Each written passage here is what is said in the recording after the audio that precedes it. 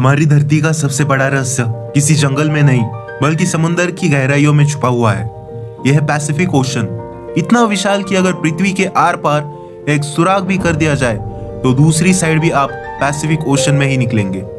आपको ये जानकर हैरानी होगी कि पूरी धरती का जितना लैंड एरिया है वो सिर्फ 148 मिलियन स्क्वायर किलोमीटर में फैला हुआ है, जबकि अकेले पैसिफिक ओशन लगभग 165 मिलियन स्क्वायर किलोमीटर एरिया में फैला हुआ है। मतलब समुंदर अकेला ही हमारी पूरी धरती के पहाड़ों, जंगलों और रेगिस्तानों से भी बड़ा है।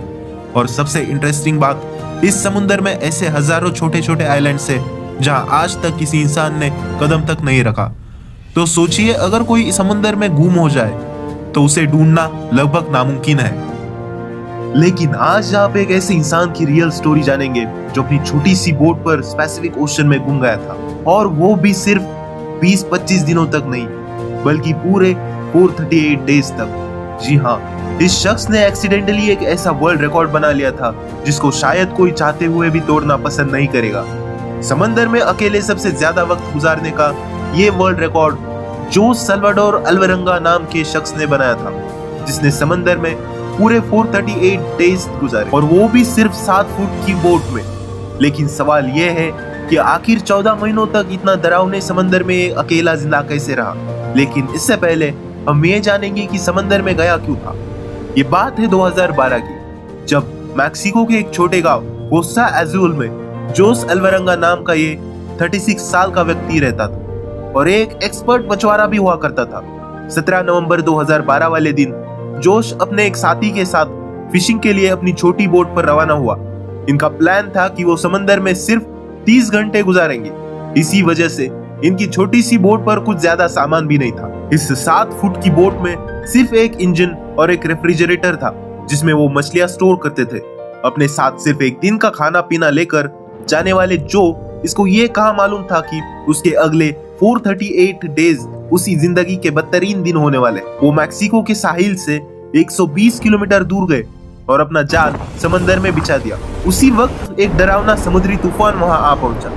अपनी जान बचाने के लिए वो मछली के जाल को वहीं छोड़कर वापस साहिल की तरफ उल्टे पांव भागे।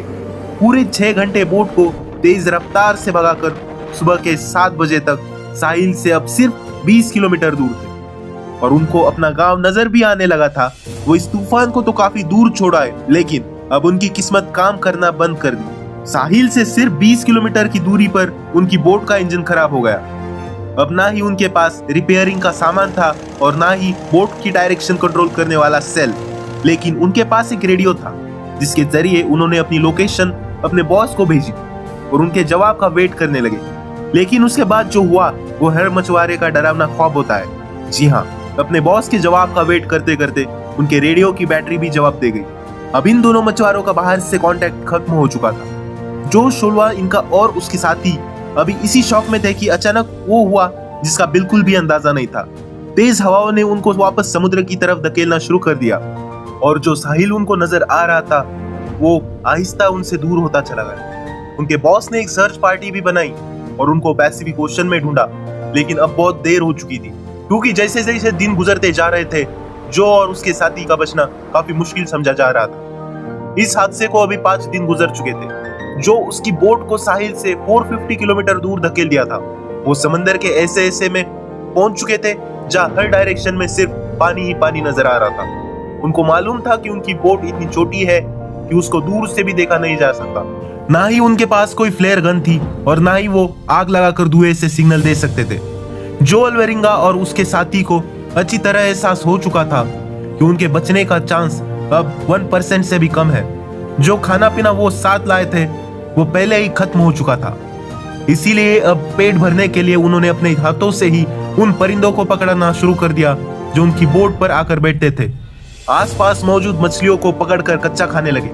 समुद्र का खारा पानी पीने से इंसान की मौत हो सकती है। इसी वजह से उन्होंने बारिश का पानी समुद्र में तैरने वाली प्लास्टिक बॉटल्स में जमा करके पीना शुरू किया।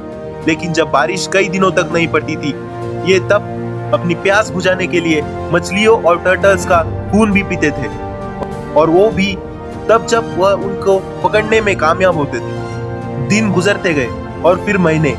ये दोनों जिस मेंटल टॉर्चर से गुजर रहे थे वो इमेजिन करना भी हमारे लिए मुश्किल है। आखिरकार जो का साथी ये टॉर्चर बर्दाश्त न कर सका और 4 महीनों के बाद उसने सुसाइड कर लिया।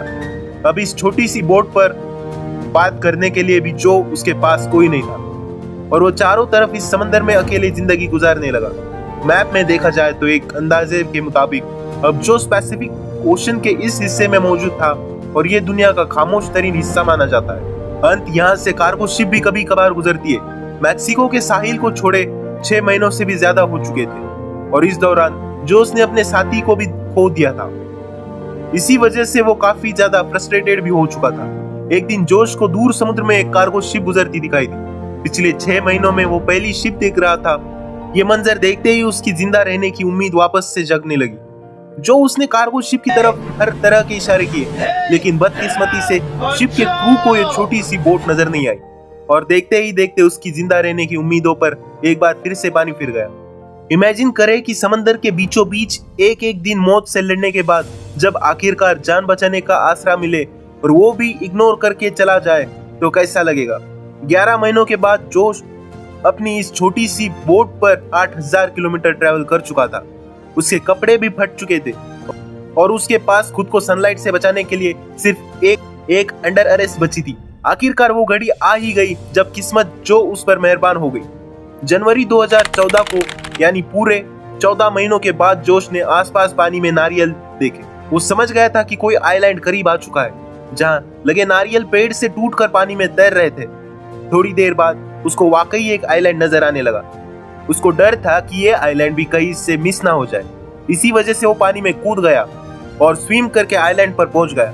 पिछले 14 महीनों में जोश ने पहली बार किसी जमीन पर कदम रखा था और जब वो आइलैंड पर पहुंचा तो उसको एक छोटे बीच हाउस दिखाई दिया जिसमें वहां का लोकल मौजूद था। पिछले 438 डेज में जोश का पहली बार किसी और इंसान से कांटेक्ट हुआ था।